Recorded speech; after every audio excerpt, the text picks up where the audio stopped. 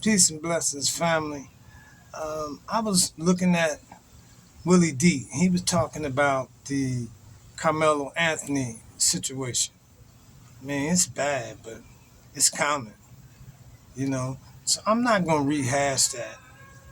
It's not really about getting emotional because I get emotional about that. But the thing is, Willie D touched on something. He said, and he was speaking on some attorney that he knows who had, gave him this information, but he said that he had been convicted on the law. It was a law thing.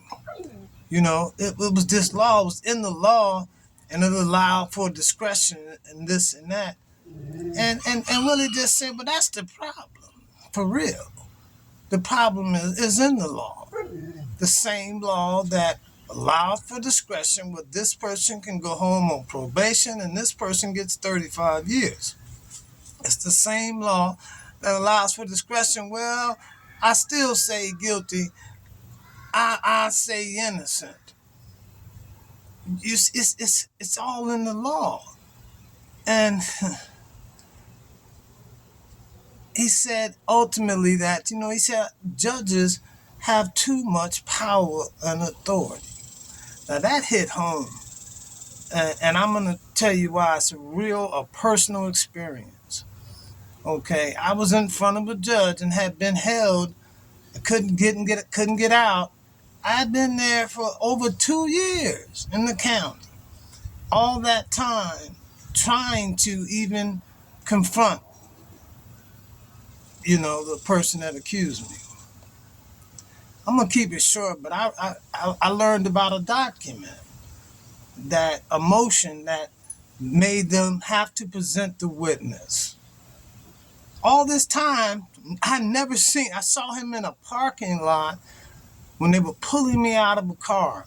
This is after 3 days, and I have been put in, I don't know, half a dozen more lineups, and they just keep doing this, right? So then I don't even know that I had seen him until that day in the courtroom, because he made contact with my attorney before the hearing. I'm gonna explain to you what happened. They brought me outside. They brought me into the courtroom. They weren't ready. They took me back in. I still don't even know which of these people that they had put me in front of all these different. So I don't know who my accuser is. This is real talk. And so what happened was, when they brought me out and took me back in, he saw me and he saw my attorney. So my attorney goes back out there and he approaches my attorney and tells her who he is and tells her that this never happened. Okay. And so she stops him and says, listen, I'm going to get this called up and you can come up and testify, in the open court on the record, and we can get this fixed right away. Take care of this. He come back and tell me that, and I'm like, she said, boy, would you so this is what you've been looking for. All right. We go out there, and to make it short, the guy suddenly appears like he can't even answer who his name is, right? He's so nervous, he's shaking so bad. And then he tells the judge, or attempts to tell the judge, this is not the guy. The judge stops everything, takes it off the record, tells him off the record, they stop recording everything. And he spends a few minutes terrifying this dude. Turns out this guy lived in another country.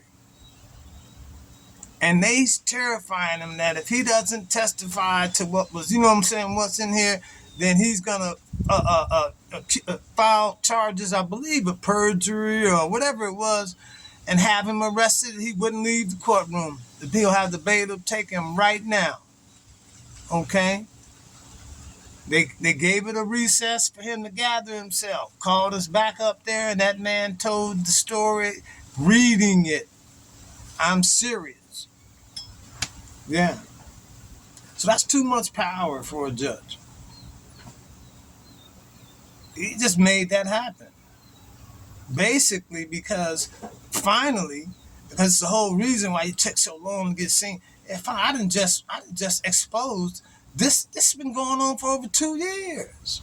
The consequences was too much. They made him say what they needed him to say, and ultimately I paid the consequences. Take that with you.